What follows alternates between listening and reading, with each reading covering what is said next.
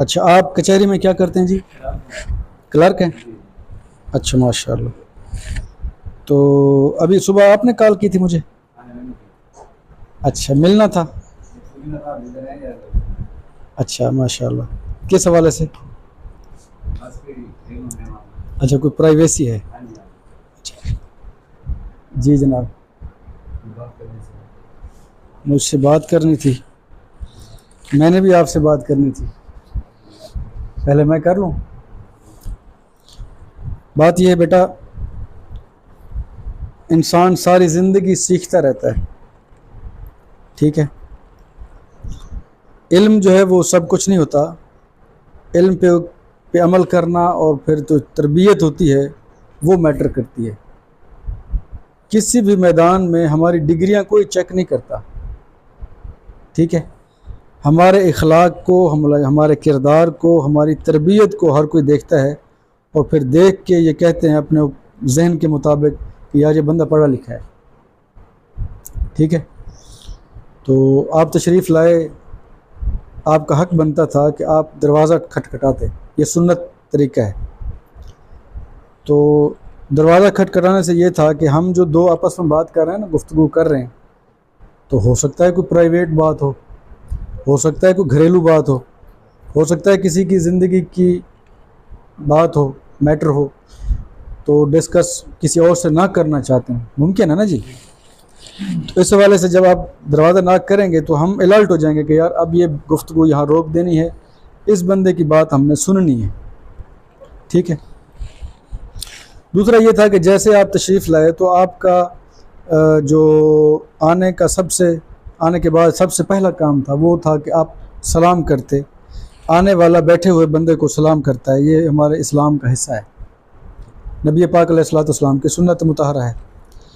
तो जब आप आके सलाम करेंगे तो एक तो हमें पता चल जाएगा यार ये हमारा बंदा सज्जन है, बेली है, दोस्त है, सलामती दे रहा है ना जी, सलामती भेज रहा है। तो एक तरफ से हमें पैगाम दे रहा है कि जी मैं आपका दोस्त हूँ, आपका दुश्मन नहीं हूँ, ठीक है। तो सलाम सुन्नत है। और तीसरी बात यह है कि अदब जो है ना जी, अदब पहला करीना है मोहब्बत के करीनों में, हम सीखते ही अदब हैं। अद्दीन कुल्लु अदबुन, नबी पाक अलैहिस्सलाम का इरशाद है कि हमारे जो दीन है ना जी, ये मुकम्मल अदब का नाम है। हम जितना ज़्यादा अदब करेंगे, चाहे उस्ताद हों, पीर मुर्शद हों, बड़े हों, बुज़ुर्ग हों, वालिदैन हों, कोई भी है, हमारे ऊपर फ़र्ज़ है कि हम उनका अदब करें। इवन के अगर हमसे कुछ दिन भी कोई बंदा बड़ा है ना जी, हमारे ऊपर फ़र्ज़ है कि हम उसका अदब करें, ठीक है बेटा। तो आप यहाँ सीनियर हमारे तलबा में से हैं, तो अगर आप इल्म हासिल कर लें, उसमें अमल ना हो, तरबियत ना हो, तो मेरे ख़्याल में उस इल्म का कोई फ़ायदा नहीं है। लेकिन अगर इल्म हो और साथ ही साथ जो है वो तरबियत भी हो, तो यकीनन ये जो इल्म है ये आपके लिए ख़जाना है, ठीक है। तीसरी बात यह है कि आप उलमा में आपका शुमार है, उलमा बन रहे हैं तो इंशाल्लाह बन जाएंगे एक दो साल के बाद। ये जो सुन्नत है ना जी नबी पाक अलैहिस्सलाम की, इस पे अमल करना हर मुसलमान पर लाजिम है। लेकिन उलमा का जो है इस पे ज़्यादा हक बनता है कि वो सुन्नत पे ज़्यादा अमल करें ताकि आम लोग जो हैं उनको देख के नसीहत हासिल करें, ठीक है। तो ये जो पगड़ी है या अमामा जिसको हम कहते हैं, ये नबी पाक अलैहिस्सलाम की मुतवातिरा सुन्नत है, ठीक है। तो आप इसको भी पाबंदी से अपनाएं ताकि ये हमारी सुन्नत हमसे छूट ना जाए, हमसे इसमें कोई सुस्ती ना हो। जब आप पहनेंगे तो आपके बच्चे, आपके शागिर्द, आपके इक्तदा करने वाले लोग, वो फिर ऑटोमेटिकली आपको देख के सुन्नत पे अमल करना शुरू कर देंगे। हमारे पीर मुर्शिद फरमाते हैं कि एक इमाम है ना जी, ख़तीब है, वो इलाके का सरदार है, ठीक है। अपने आप को वो सरदार समझे और अपने किरदार से सरदार बन के दिखाए।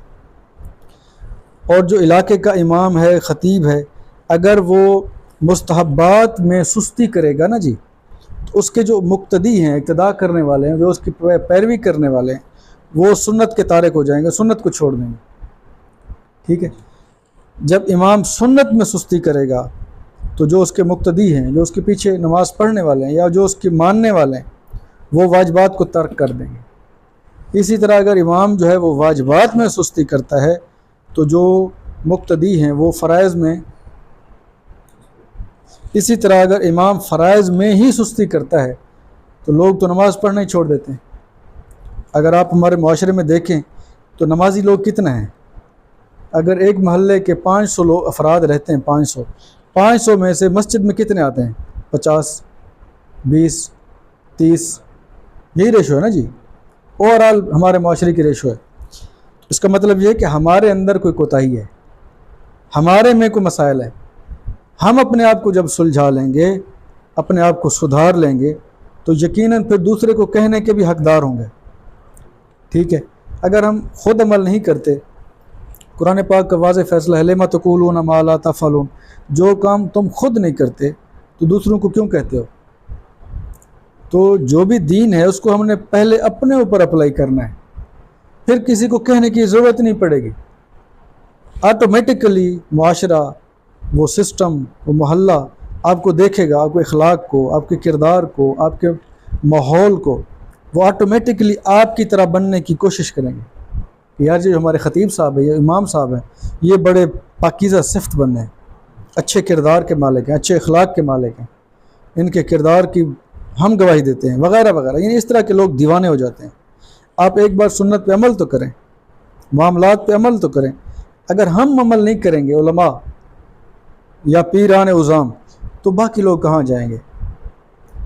इन लोगों को, उलमा हैं, पीरान उज़ाम हैं, तो इनको तो पैकर होना चाहिए अखलाक का, किरदार का, तरबियत का, सुन्नत का, शरीयत का, तरीक़त का, मार्फत का। जब ये लोग पाबंद होंगे तो यकीनन बाकी लोग तो इनको देख के पैरवी करेंगे। ठीक है जी। तो मेरी बात हो सकती है आपको अच्छी ना लगी हो, लेकिन कड़वा जो है, वो दवा जो होता है वो जल्दी असर करता है। ये आपकी तरबियत के लिए हम कह रहे हैं। इस बात को आप माइंड नहीं करेंगे, बल्कि ये आपको अगर अपनाएंगे तो फ़ायदा होगा इंशाअल्लाह। ठीक है, अल्लाह पाक आपको सलामत रख।